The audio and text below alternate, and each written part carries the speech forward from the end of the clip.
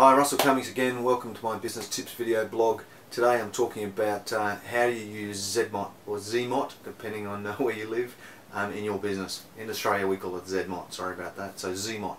So ZMOT is spelled as Z-M-O-T, and it stands for Zero Moment of Truth. Now Google have recently produced an ebook on this subject, so if you put ZMOT into Google and search it up, you'll find a free download. It's in an amazing number of different formats. It's worth downloading just to see what the future of ebooks will be. Not only is it a great book, but it's got videos fully embedded in it. Very, very well produced document, as you expect from Google. The interesting thing is they've outlined for me how social media and traditional marketing fit together into the new world that we've created that's been driven by internet, smartphones. You know, I had one on the tools, a recent blog on the tools that mobile executives use. Well, both of those were smartphone, and two of those, sorry, were smartphone and iPads, which are both tools that fit into this sort of environment very perfectly. So what they're talking about ZMOT when they're talking about it is saying, traditionally what would happen in traditional marketing, there would be some sort of stimulus, either advertising or word of mouth or something, and a customer would come to you, let's say it's your retail shop, based on your stimulus to buy a television set. They'd race in the door, they'd see the product on the shelf, and then they would engage with your salespeople, get some more information off them, negotiate with them, and buy the product. That's the first, when they walk into your store, that is the first moment of truth. The second moment of truth comes when they get the product home. Does it live up to the hype and expectation of the salesman, etc., etc., etc. The guys at Google are now saying that there is another moment of truth called the zero moment of truth. So customers still have that stimulus, whether it's a referral or an advertising thing, they still have that stimulus.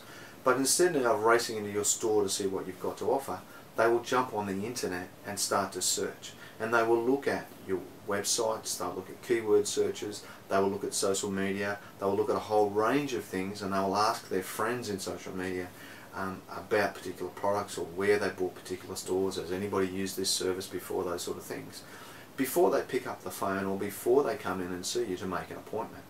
Now, and then the first and second moments of truth follow on from that.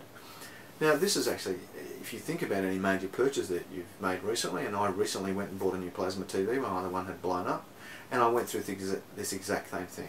I knew the retailer I was going to, I looked up their website just to see what range of products they had, what sort of pricing I could expect, those sort of things, and I pretty much made up my mind on a model before I went in.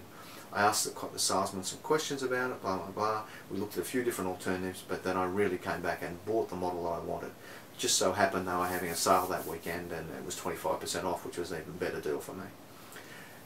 I'm also finding it's happening. Some recently, and probably in the last few months, had some new clients come on board. All those clients have checked me out in a variety of formats. They've looked at my website, they've looked at LinkedIn, and some of them have even gone and looked at Facebook and Twitter to see what I'm posting there. So it's happening to me. I have no doubt that it's happening to you. So think very carefully about this.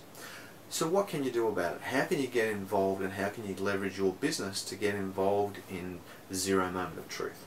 The first thing is you have to have an online presence.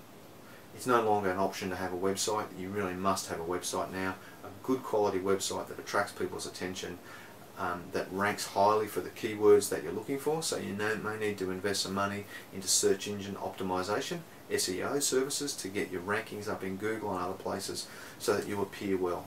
You also should be looking at things like Google Places to help you get your rankings up and that sort of stuff. And there'll be strategies for getting your rankings higher in Yahoo and Bing and other search engines that you might use. Google is certainly where the main game is. In addition to your website, you need to start having a social media presence. I think we've reached that tipping point now, and social media is important because people want to find out what it is that other people think about you, as opposed to what you write about yourself on your website and what you post on your website. They want to see live testimonials. So LinkedIn as a professional is quite a good site because I can ask people to recommend me. They will go on there, they will write recommendations, they will,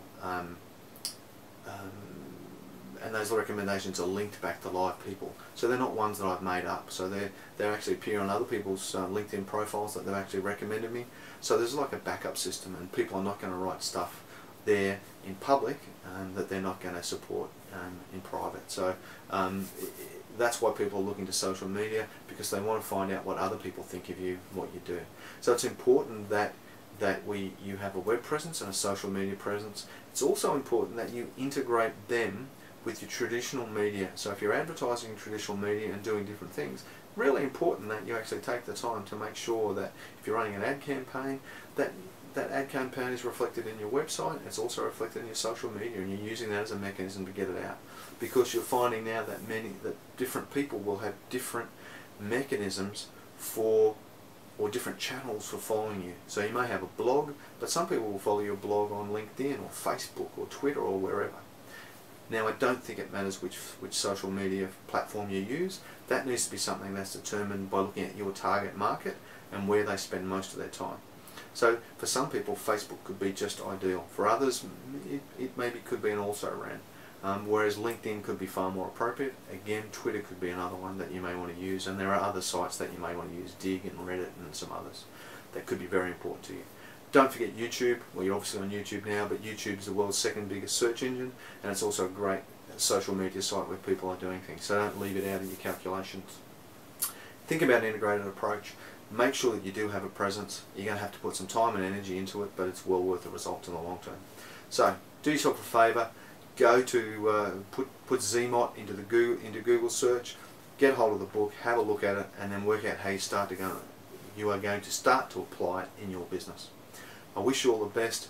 For more information on this and these other topics, please go to my website www.sbdbusiness.com.au.